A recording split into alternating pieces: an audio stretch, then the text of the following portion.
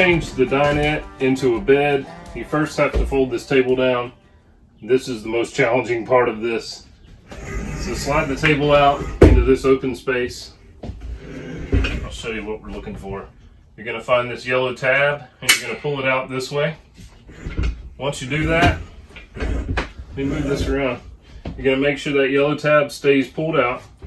You're going to put your feet on the legs and you're going to push it sideways.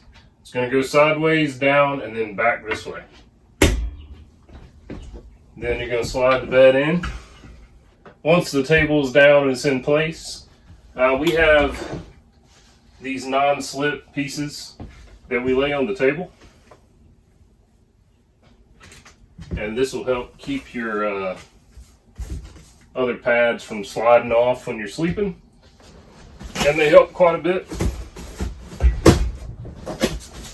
So you're going to take both of those back pads down, slap them right there, and we have a fitted sheet that goes across the whole thing, holds everything together, and makes a really nice bed.